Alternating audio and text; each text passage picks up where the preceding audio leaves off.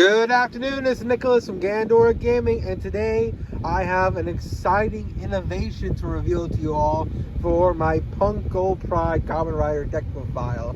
If you don't know, this is my favorite archetype of all time, that being P.U.N.Ks, and the Gold Pride and the Goblin Riders make this deck absolutely incredible and fantastic. And over the last few sets and upcoming sets, we are getting some brand new powerful cards that help innovate this deck into a higher level of competitive play. So we already know about the Whitewoods cards. I already made a video talking about the new Fiendish Smith cards. You're probably wondering, what else is this deck also getting? And to that I say, welcome to Rage of the Abyss, where we are introduced to two brand new cards that raise the ceiling of its already high power Octane deck. That being the brand new Shark support. So if you don't know, last week we got revealed 8 or 9 new cards for the XYZ rank 4 strategy of Sharks. And 2 of them in particular are generic enough to be played in our deck and actually make it even stronger. Those 2 cards being the brand new Leviathan Retrain, which is a new rank 3, which we'll discuss in a moment, and new trap card, Virtual Single. This is a brand new trap card that the XYZ searches, and it's absolutely incredible. So let's discuss what these new 2 cards do and why they're insane for decks. So first things first, let's talk about the XYZ. The XYZ is a rank 3 generic material, and at first I kind of wrote it off because I didn't really understand the third effect that well, and to me, it's still not important. The third effect is like really throws you off when you read it. It basically says, hey, if there's 2 XYZs on the field, you can detach one material from one XYZ and give it to the other one, and then the other one gives you another one. So like you switch material. I don't know what the purpose of that is. It's probably some like XYZ shenanigans you do in like, I guess, Shark decks, but I really don't know to tell you. But the other 2 effects are what matters, and they're the actual important effects. Those being, on XYZ Summon, search a virtual stream card, which is the trap card, which we'll also discuss in a moment. And in the second effect, the really important effect, is that this card can detach material from itself to add back a Aqua monster from your graveyard back to hand. Now you're probably thinking, okay, why in Gold Pride P.U.N.K Goblin Rider is that important? Like, we really don't really use the graveyard that often, and why are we playing this guy? We have so many other better rank 3s to go into. And to that I say, yes, but no.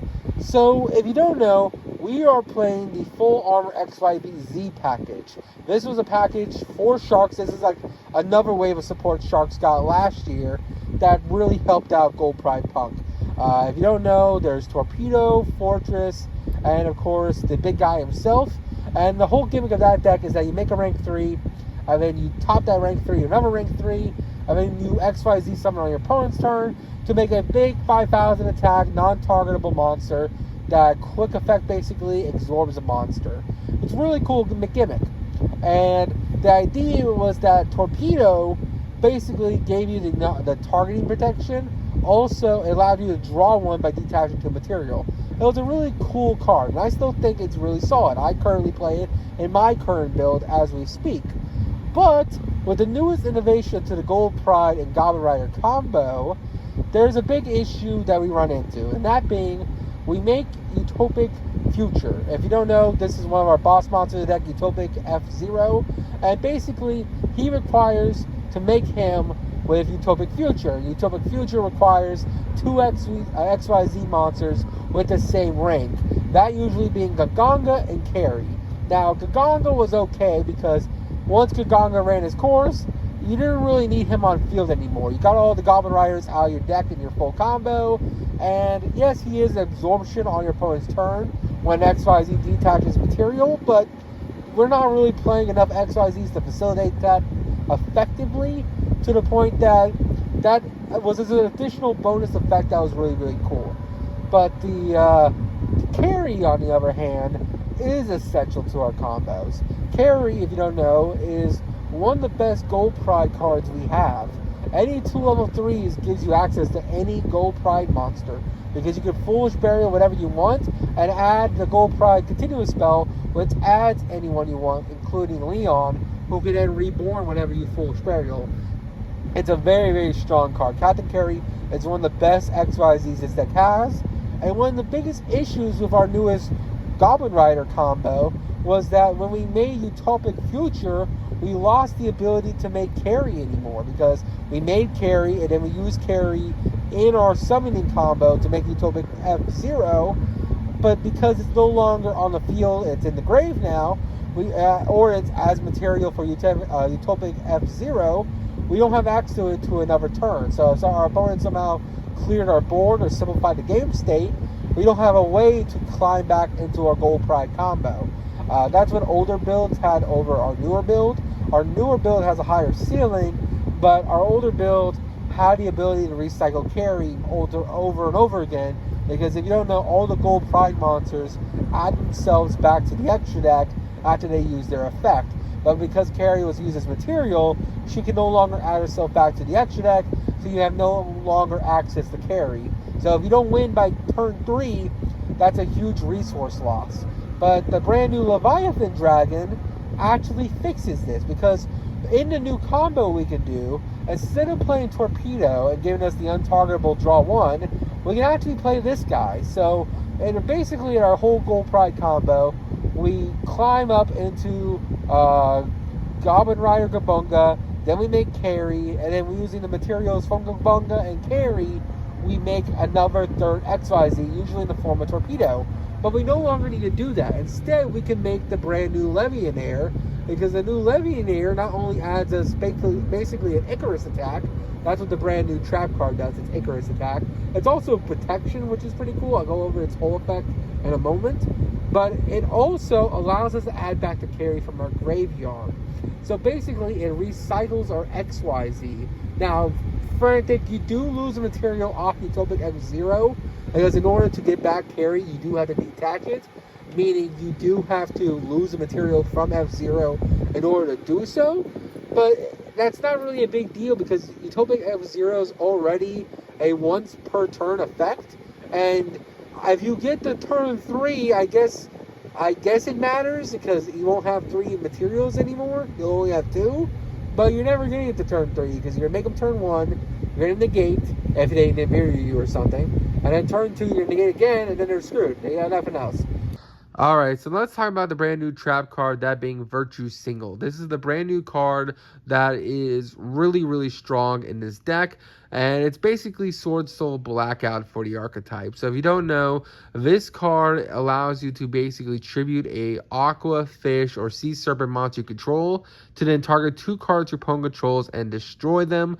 This is very, very powerful removal, and we now have access to it. So you're probably wondering, how do we have access to it? But if you remember, I just went over the brand new XYZ, the new rank 3 Legionnaire, that basically on special summon searches this card, which is absolutely incredible and really, really good. So now we have access to Blackout. Now you're probably wondering, what Aqua, Sea Beast, or fucking Fish are we ending on? We actually have a couple of options.